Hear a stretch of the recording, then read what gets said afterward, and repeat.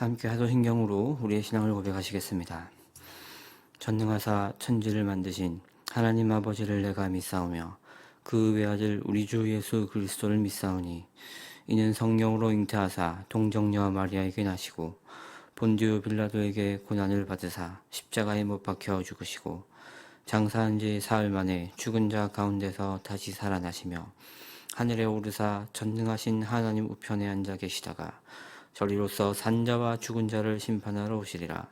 성령을 믿사오며 거룩한 공예와 성도가 서로 교통하는 것과 죄를 사하여 주시는 것과 몸이 다시 사는 것과 영원히 사는 것을 믿사옵나이다. 아멘. 다 함께 찬송가 313장 찬양 드리시겠습니다. 찬송가 313장입니다.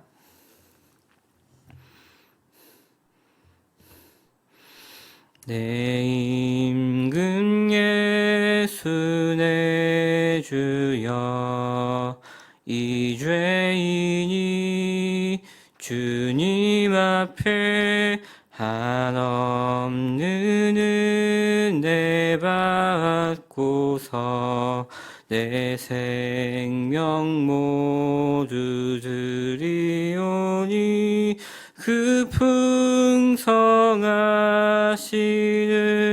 종을 주 내게 내려주소서.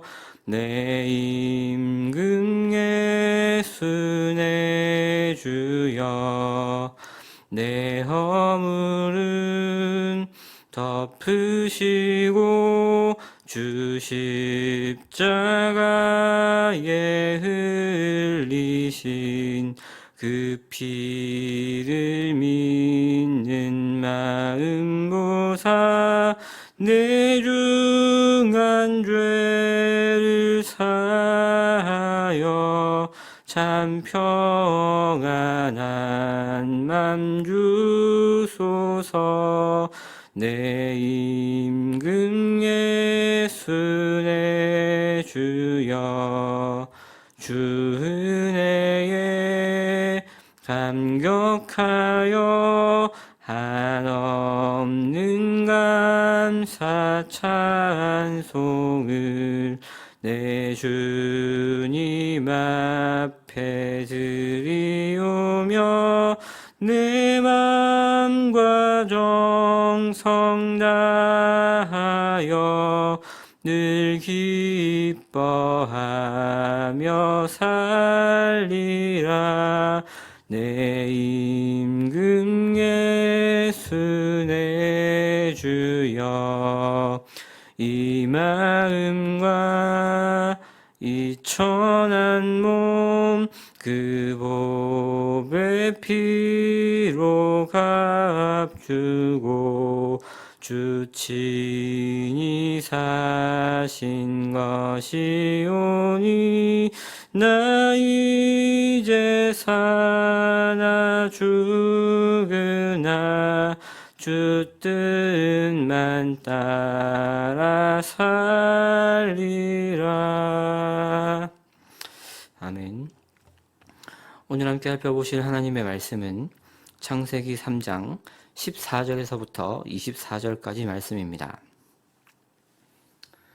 창세기 3장 14절에서부터 24절까지 말씀, 저와 한 절씩 교독하시고 마지막 절 함께 읽으시겠습니다. 여호와 하나님이 뱀에게 이르시되 내가 이렇게 하였으니 내가 모든 가축과 들의 모든 짐승보다 더욱 저주를 받아 배로 다니고 살아있는 동안 흙을 먹을지니라. 내가 너로 여자와 원수가 되게 하고 내 후손도 여자의 후손과 원수가 되게 하리니 여자의 후손은 내 머리를 상하게 할 것이요 너는 그의 발꿈치를 상하게 할 것이니라 하시고, 또 여자에게 이르시되 내가 내게 임신하는 고통을 크게 더하리니 내가 수고하고 자식을 낳을 것이며 너는 남편을 원하고 남편은 너를 다스릴 것이니라 하시고, 아담에게 이르시되 내가 내 아내의 말을 듣고 내가 내게 먹지 말라 한 나무의 열매를 먹었은즉 땅은 너로 말미암아 저주를 받고 너는 내 평생에 수고하여야 그 소산을 먹으리라. 땅이 내게 가시덤불과 엉겅퀴를 낼 것이라. 내가 먹을 것은 밭의 채소인즉 내가 흙으로 돌아갈 때까지 얼굴에 땀을 흘려야 먹을 것을 먹으리니 내가 그곳에서 취함을 입었음이라. 너는 흙이니 흙으로 돌아갈 것이니라 하시니라. 아담이 그의 아내의 이름을 하와라 불렀으니 그는 모든 산자의 어머니가 됨이더라. 여호와 하나님이 아담과 그의 아내를 위하여 가죽옷을 지어 입히시니라. 여호와 하나님이 이르시되 보라 이 사람이 선악을 아는 일에 우리 중 하나같이 되었으니 그가 그의 손을 들어 생명나무 열매도 따먹고 영생할까 하노라 하시고 여호와 하나님이 에덴 동산에서 그를 내보내어 그의 근원이 된 땅을 갈게 하시니라. 함께 읽겠습니다. 이같이 하나님이 그 사람을 쫓아내시고 에덴 동산 동쪽에 그룹들과 두루 도는 불칼을 두어 생명나무의 길을 지키게 하시니라. 아멘. 오늘 본문은 이 아담과 하와의 이 범죄 이후에 이어지는 장면입니다. 여러분, 만일 우리가 누군가에게 이 큰 실수나 잘못을 하게 되면 우리는 그 실수의 영향을 받게 되는 대상과 또 실수를 한 우리의 관계가 잘못될 것에 대한 걱정을 하게 됩니다. 하지만 하나님 앞에서의 죄라고 하는 것은 그 대상 되시는 하나님과 우리 이렇게 양자 사이의 문제로만 끝나지 않는다는 것을 오늘 본문을 통해서 확인해 볼 수 있습니다. 이 본문의 흐름 가운데 하나님께서 금하셨던 선악과라고 하는 것을 아담과 하와가 이 불순종하는 가운데 따서 먹었으니 사람과 하나님 사이에 이 아름다웠던 관계가 파괴되었습니다.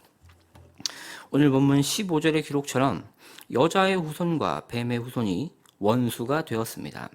16절의 말씀을 보면 남편이 너를 다스릴 것이니라 라고 이렇게 말씀을 하시는데 이것은 이 남자와 여자의 사이가 지배와 갈등의 사이로 변하게 되었다는 것을 의미합니다. 여러분, 원래 이 아담과 하와는 돕는 배필로서 서로의 필요를 채워주던 존재였습니다. 양자의 사이는 하나님의 섭리 가운데 동등하게 지내왔다는 것입니다. 하지만 범죄 이후에 어떻게 변하게 됩니까? 고민과 갈등의 관계, 심지어는 서로가 서로에게 자신의 지배권이라는 것을 주장하는 관계로 변하게 되었다는 것입니다. 17절 이하의 말씀에서는 땅과 아담의 관계 또한 달라지고 있다는 것을 알 수 있습니다. 17절입니다. 아담에게 이르시되 내가 내 아내의 말을 듣고 내가 내게 먹지 말란 나무 열매를 먹었은즉 땅은 너로 말미암아 저주를 받고 너는 내 평생에 수고하여야 그 소산을 먹으리라. 여러분, 이 죄는 사람이 지었는데 왜 땅이 저주를 받는 걸까요? 잘 아시는 것처럼 이 사람이라는 존재는 하나님께서 창조하신 이 피조 세계를 대표하고 또 관리하던 존재였습니다. 하나님께서 창조하신 자연이라는 것과 이 하나님 사이에 존재하면서 그 모든 것들이 하나님의 질서와 다스리심 아래에서 유지되도록 하는 이 제사장적인 역할을 하던 사람들이었다는 것입니다. 그렇기에 이 아담과 하와의 범죄라는 것은 그들이 하나님 사이에서 관리하던 모든 영역의 부패함으로 이어지게 됩니다.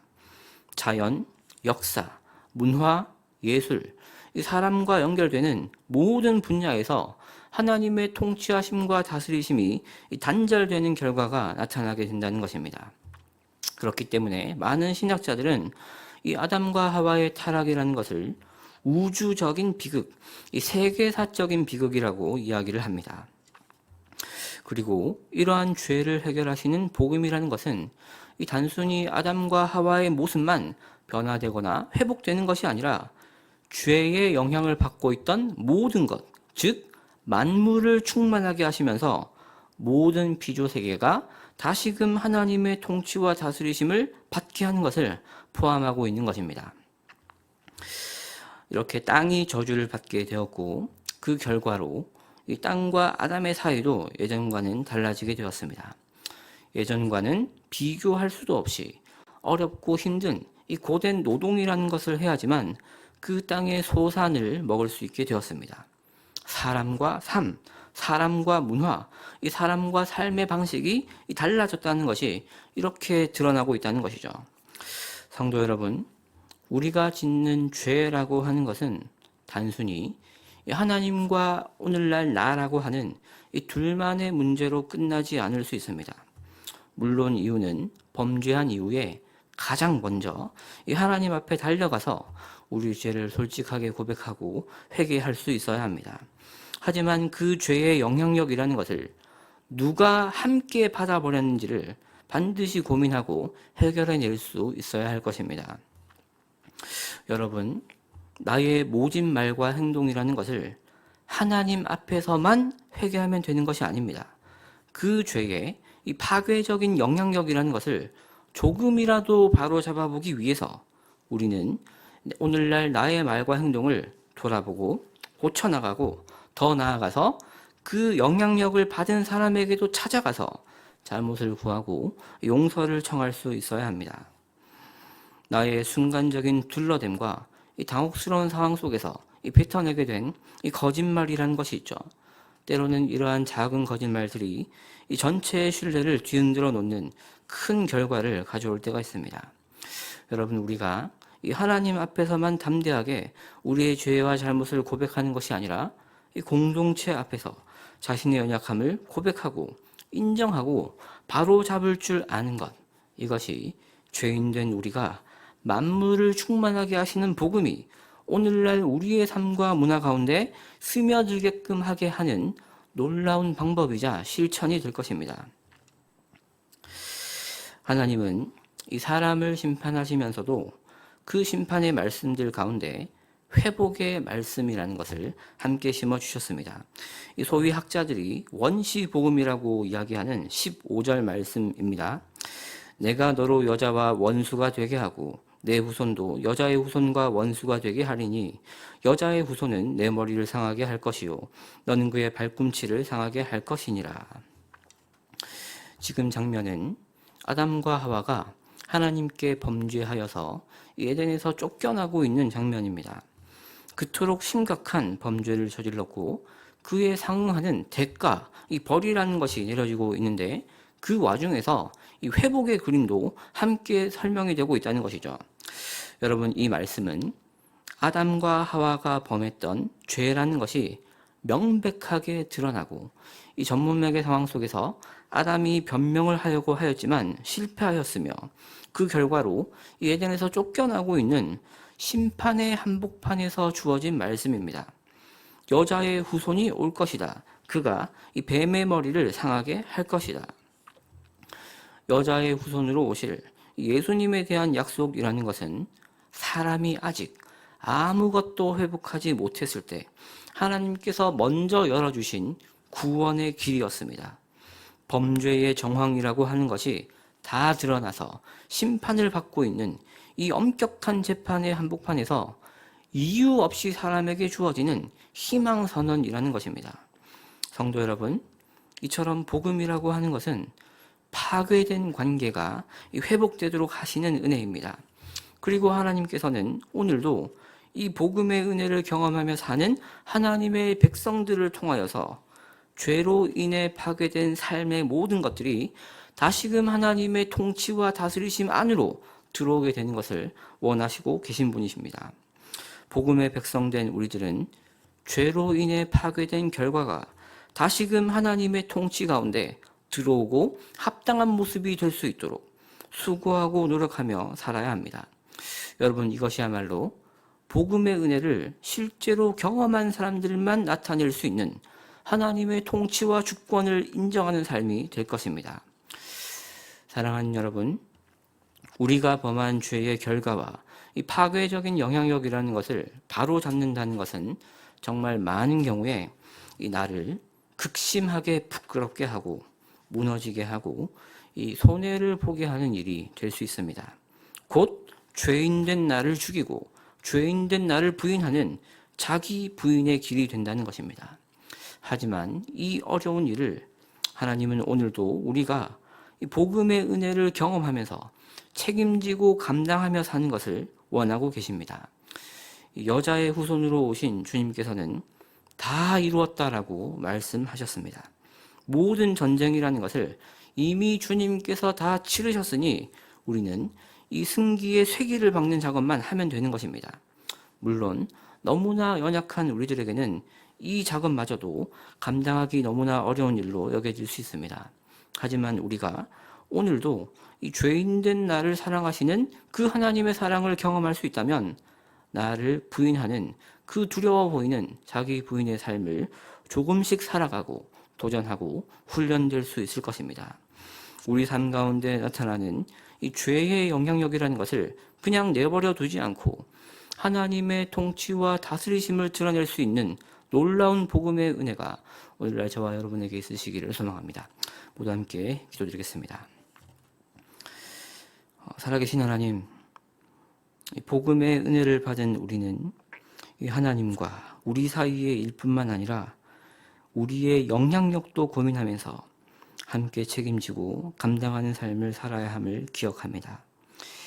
하나님 앞에 회개할 때조차 이기적이어서 가족과 교회와 이 세상 앞에서의 내가 초래한 이 파괴적인 영향력을 모른 채 하는 우리의 연약함을 불쌍하게 여겨주시고 만물을 충만하게 하시는 복음의 능력을 신뢰하면서 복음의 영향을 담대히 드러내는 삶을 살아갈 수 있도록 함께하여 주십시오. 감사합니다. 이 모든 것 예수님의 이름으로 기도드립니다. 아멘.